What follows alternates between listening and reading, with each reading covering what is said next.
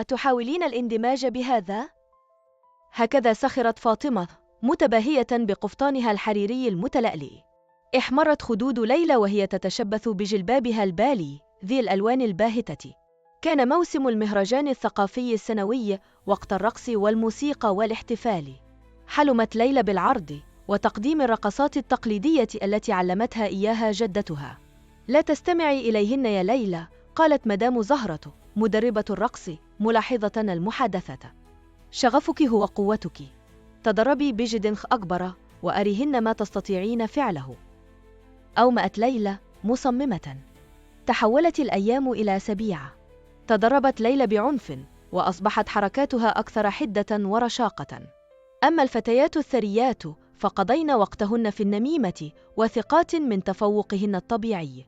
لن تكون جيدة مثلنا أبدا، صرحنا، وهن يدربن روتيناتهن الحديثة. وصل يوم المهرجان.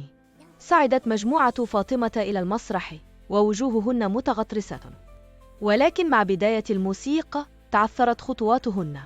تعثرت واحدة ونسيت أخرى الكوريغرافيا. لقد أعماهن غرورهن. ثم جاء دور ليلى.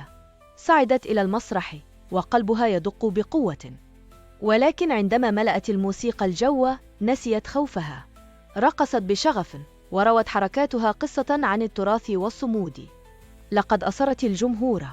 شاهدت فاطمة وصديقاتها من الخط الجانبي ووجوههن مليئة بالخجل.